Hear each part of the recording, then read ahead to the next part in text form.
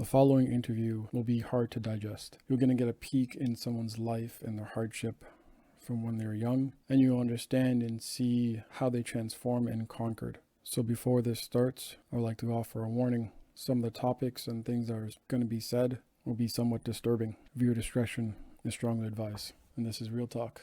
I don't know if he's watching me from behind. And if I started running, would he come and tackle me? Like, I was so scared. I was walking, but not too fast. I was not walking too slow, just making sure that I was able to get out of there safely. And as I approach the cul-de-sac, I see a ton of cop cars, and I don't understand why they're all there. My cousin runs to me, and I just started crying. And I don't remember what he asked me, but I remember telling him Pancho. And he turned around and ran as fast as he could, I think, to go find him. And I think he found him. I think he hurt him, because later on in the hospital where they took me to get checked out, they also had him in there, and he was being treated, I assume, for wounds. And again, nobody shared information with me, so I'm over here trying to piece everything together. But I thought his reaction was really strange. It's like, oh, so you can rape me, but he can't. Oh, okay, that was so confusing to me in my mind. And then I go upstairs and I'm in the bathroom, just sitting on the toilet, just like in shock. And his wife's standing in there with me. She leaves. My cousin comes back in, and he's kneeling in front of me, and he's just telling me, I'm so sorry. I love my wife, this and that. And I'm just like, I remember just sitting there like, why the hell are you here talking to me like this? Like, I was just out of my mind. And now I look back and I'm like, oh, I get it now. He was afraid that I was going to tell on him. And I probably should have, but I was so mentally not clear. I was mentally ill. And mind you, I've never been diagnosed with that, but I mean, all the research I've done, it tells you can become mentally ill just by simply having experience with a traumatic or painful event. And as you can already tell, I had quite a few of those, and it doesn't end there. I just continued to pick up more and more and more. I was still desperate to have a relationship with my mom. So she loved rock concerts. I bought some tickets to it was an REO, Foreigner, and a Peter Frampton concert. And I knew she loved that music. So I bought concert tickets. We went. While we're there, I was allowed to smoke cigarettes and drink alcohol, which I thought was odd because I thought that was wrong. But my mother's there, so surely it's fine, right? As a young teen, you're still trying to figure things out. Mind you, I have all this trauma that I'm still carrying. So the next thing that happened is my father dropped us off to this concert. And the next thing you know, we're getting into a truck with these two strange men. I thought that was wrong, but again, I'm with my mom, so it must be okay. We go to a casino. I tell this one guy, because one guy's with her, the other guy's with me. Why my mother allowed that?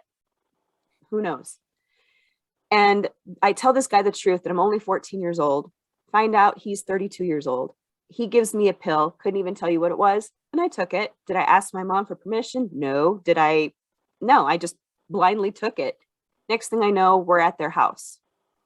What I remember is being in one of the bedrooms, and the guy that my mom was talking to was laying on his bed, fully clothed, and my mom was fully clothed, laying on the bed, and they were just both laying there together, facing each other, chatting. And I'm standing there. I felt like an idiot, no joke. I didn't know what to think. I didn't know what to do. I didn't know how to act. So I mocked my mother. I went around on the other side of the bed, and I laid on the bed on the other side of that guy because I did not know what to do with myself. And the other guy that I had been hanging out with, I don't know where he went, but he reappeared in the doorway, and he had a pipe full of weed. And I recognized that. Like, oh, weed, I could go get high. So I went with him. And I don't remember anything that happened after that. But we did have a continuing sexual relationship. I would actually play house with him and his twin kids. And I know now that never should have been, but it was. I struggled around this time. I remember being kicked out. My parents had already divorced. My mother was bouncing from place to place, boyfriend after boyfriend. My father was with a new woman, and they took my two younger brothers to raise them. I had such a hard time trying to figure out life. going to starting my freshman year. I got kicked out before the first 9 weeks ended from fighting. They sent me to an alternative school, Biltmore Opportunity School I had to go to for my freshman year, then again to Jefferson Opportunity School for my sophomore year. And I just hated going. It was insulting. They would give me work that was for like elementary schoolers. I wasn't unintelligent. That's not what my problem was. The problem I was having is that I had so much trauma and I had no way or idea that I had that. I didn't know that I was collecting trauma. I was so confused. I just didn't have a grip on my own life. I'm just wandering through life as a collector. Then there was a time where we got into a really bad fight. My father grabbed me, my hair, leaned over the couch, knocked the wind out of me. I have a black eye, don't know it. They put me in jail. And this was something that happened all the time. I would get sent to juvie, and I know that they call your parents, and usually the parents are like, oh my gosh, and they go get their kids. Not mine. They would leave me there for the minimum was 3 days. And by the third day, they would be coming in, to the jail cell, and they'll be asking me, why doesn't anybody care about you? Nobody's answering the phone. And I'm just like, well, in my mind, thank you for confirming that nobody cares about me, and that's just an example of one of those lies that, a lot of us pick up and believe from our circumstances, especially with this lady saying that to me. She just confirmed that lie in my head. But now that I'm older and I've gone through so much healing, I realize how much that was not true. It was not true at all. There were people that loved and cared about me. I just didn't know how to reach them. They lived in other states. My other aunts that I know would have taken care of me, other uncles, other people that, family. But I was so young. I didn't have a car. I didn't have money. I didn't have a way to reach them. I didn't know. And I believed at that time that nobody did care about me, because if someone cared about me, then this trauma wouldn't be happening to me. Nobody was around to protect me. I was always unprotected. I was always left alone out in the street. And a young girl should not be left alone out on the street. A young girl should not be left alone with random men, because, not all men are bad, but they will take the opportunity. For example, my mother drove us to a store. She got off, went inside, left me in the van with her boyfriend, and he had his way with me while she was in the store. Like, they didn't care. Any opportunity, I was abused. So when this happened with the black eye in juvie, they would threaten my parents with neglect. And I'm like, okay, like, do it then. Like, I don't know what they expected me to do. If they thought I was lying, I don't know. It was so strange. But I didn't know I had a black eye at the time. And I guess they had a doctor or physician come in to check me out. And I guess he made a report. Again, I'm piecing everything together, because then I was sent to Child Haven, which is a place that I knew there was other girls there that were waiting for adoption placement. I assume some of the other ones had a situation like mine. I'm not really sure, but I loved it there because I was off the streets. I had a safe, warm bed to sleep in. I had food to eat. I was homeschooled there. I wasn't being abused in any way. Like, I should have been allowed to stay there. But after only a couple weeks, my mother came back to pick me up. And the next thing you know, I'm back out on the street. I don't understand why she picked me up. If she couldn't take care of me, why did you pick me up? Mm-hmm. It might be one of those things where if you have parents, you should go be with your parents. You don't belong in a facility like this. But looking back, I really feel like they should have left me there. I tried to live with my dad temporarily. That did not work out because of his new wife. Still trying, working, struggling, trying to go to school. My mother wouldn't wake up in time to pick me up or to take me to school. She didn't always have a car. So I'm just by myself on the street, trying to find food, trying to find a place to be where I'm not going to be abused, trying to find a job that'll give me enough money to buy a place of my own. And, so young that they wouldn't even allow you to use the slicer in one of the sandwich shops unless you're 16 years old. But that's a couple dollars more. I need that money. Oh, well, you're not allowed. So it was really a hard struggle for me. Fast forward to about 1999, I had a boyfriend that I was living with. And that was kind of like a forced relationship because the people I had lived with before were friends of my mother's, and she would leave me there. We would go there. I thought we were going to hang out and party because that's what we did. I was like, It's like I wasn't a teenager. It's like I skipped my whole teenage years and I just went to like a 20-year-old, a 21 something adult that was allowed to drink, because that's what would happen. I was like, I didn't feel like my mother's daughter. I felt like my mother's sister. So we would go over there all the time to go party, hang out. And then she'd be like, okay, well, I'm going to be back. And she would leave and we wouldn't see her for days. And I was stuck there. And I remember hating the feeling of being there because I had no money to offer them. I did my best to clean their house as a form of payment because I knew my mom had just ditched me there. And they'd be asking me, hey, where's your mom? And I'm like, I don't know, and I'm so worried. Are they going to kick me out? Like, so worried. But one of these men had their way with me. There's two men that lived in there and they had their way with me. The one guy was married, but she didn't live there. I don't know why. The original couple moved out. This guy and his wife, they all move in together with their two kids. And they allowed me to sleep in their closet, to use that like as a little bedroom. I was grateful. Hey, I'm not out in the street. Mm-hmm. But she found my diary, read about how her husband had his way with me.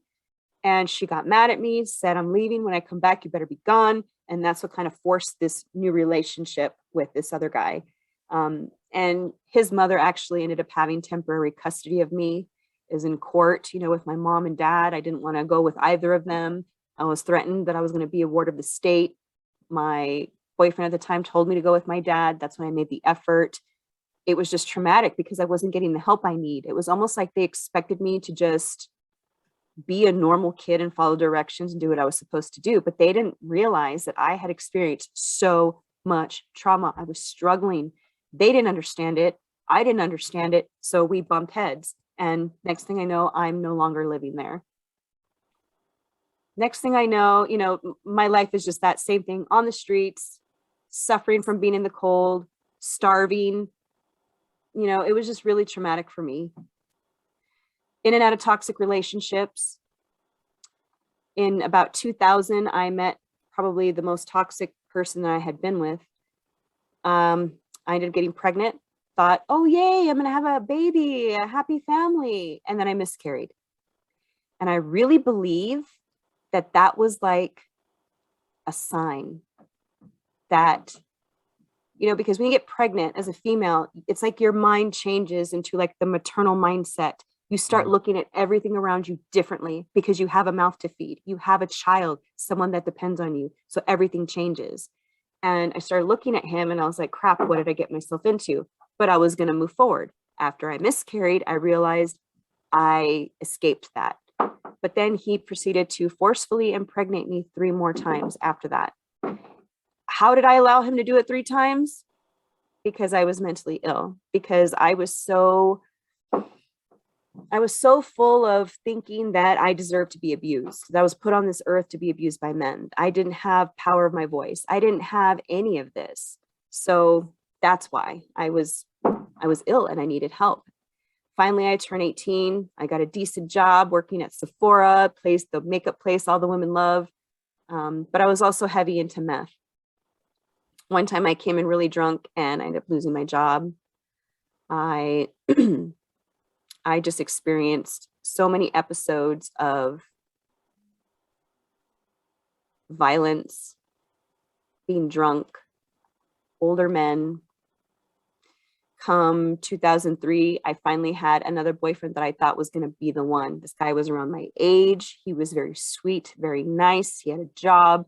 I thought, oh, yay, I finally found somebody I could spend the rest of my life with. I came in with a whole bunch of baggage. He had some of his own. We suffered. We broke up. I couldn't handle that because I was so full of trauma. It hit me so hard. I became a promiscuous drunk for years. And I didn't, because I just hated life. I don't like to say that I was addicted to alcohol or drugs. I like to say that I was addicted to escaping my reality, because that's really what it was. I couldn't handle living life. I had to be numb because I didn't know how to do anything except for to cut myself, to relieve the pain, which obviously is not very healthy. Drinking, which left me more susceptible to continued abuse. So come 2006, I became pregnant again. And when I was pregnant with those other 3 pregnancies, I had opted for abortions, and I didn't know what the procedure was. I was not fully informed. And it kind of makes me mad that I made that choice back then because I wasn't fully informed, and it broke my heart. So in my book, I actually have in detail what happens during an abortion, so women can be fully informed before they make that decision, because it's individual. If a woman chooses to do that and she's at peace, then that's her life. But I think she deserves to be fully informed of everything that happens. And I used to beat myself up over it, but I was able to experience a beautiful healing with that. And I'm so grateful for it. And I feel like I was meant to experience that and everything else I did, so I could put it in this book to help inform people of what can happen, what does happen, what shouldn't happen, what you can do, just, at every angle. So now that I have a baby, I knew because of the abortions, I promised myself and to those babies that the next time I got pregnant, because I was going to make sure to be careful, but if I got pregnant again, I was going to go above and beyond to be the best mother that I could be. So my son Ashton was born in 2007. I kept my promise to my unborn children. I cut drugs, alcohol, everything cold turkey. Before that, I had actually already started my associate's degree. And that was challenging, not the curriculum, but because I would show up drunk sometimes, hungover, not at all. So I had to redo a couple classes. But when I got pregnant, I had the opportunity to continue and get my bachelor's in construction management. And because I had a kid, I felt like I had to. So I did. I got my bachelor's degree. And that's when I met my current husband, Jaime. And, I thought, oh, here's a guy. He's handsome. He's educated. I'm like, I hit the jackpot. But there's something to be said about when you have experienced a lot of painful and traumatic events, you tend to carry that inside. Mm-hmm. And it projects out. It's like there's like an energy there. And you will naturally attract somebody else that has something similar. And I feel that's what happened with us, because I didn't know it till after the fact that he himself has a lot of trauma that he had never healed. So if you can imagine, it was pretty toxic, that relationship. It started off really bad. We kept trying. We did our best. In 2008, he got into a really bad car accident. We were living in Vegas, and we decided to move to California, where he healed. We moved from Menifee to Corona, California. Fast forward to 2011, we're pursuing our master's degrees. We're leveling up in life. We did our master's in project management first, and then we opted for the dual master's, and then we got our business administration degree. So I'm proud of myself for being able to achieve something like that after everything I had gone through. And I knew in my head from my father that education was so important, and I needed that piece of paper. I needed those degrees so I could get a decent paying job to care for my son. And that's pretty much what I did. I did get a great job working in a place where I was a project coordinator, where I basically conducted water testing on new fenestrations and construction. And after that, they let me be in charge of a project where you could say it was like more of a waterproofing inspector. And I loved that job. And I think I say I loved it because it's like I was excelling in a man's world. And I think because of my past experience, this was huge for me, because I would have to walk the entire job site. It was actually the Park Place project in Irvine, California. And there's 5 buildings there, and each building has 5 stories. So it was a huge project. And I had to walk pretty much every floor, inspect every bit of waterproofing that went into every single unit, even the roofs, walking the roofs, everything. And I love that job so much. I love construction, but I did not like the way I was being treated. I feel like I was mistreated in the workplace because I was a female. I was the only one that had a master's in project management. Other young boys were getting hired on. They were being given the project management title. They were allowed to go to project management meetings, but not me. And I didn't understand what was going on, except for the discrimination, the fact that I was a female. And I don't know, maybe they felt threatened. I couldn't tell you. But it just ended up getting so stressful that I ended up quitting after I got pregnant with my second child in 2015. I was going to go back to work, but my husband didn't want me to because he knew how stressful it was. I didn't want somebody else to raise my child because with Ashton, I had to put him in daycare. I had to drive him here. You know, my mother had settled down with one of her boyfriends at that time. So I felt comfortable with her taking care of my baby. So I could go to school. I was working 2 jobs, going to school at night, and I had a baby. I mean, I hustled and it was just hard. So my husband was like, no, you're not going back to work. And I'm grateful for that. It was really, really, really hard for me to let go because, you know, especially somebody that suffers trauma, control is really important to you. You need to control things because everything else is out of control. This is a 4-part series, so hit that notification, subscribe, and stay tuned.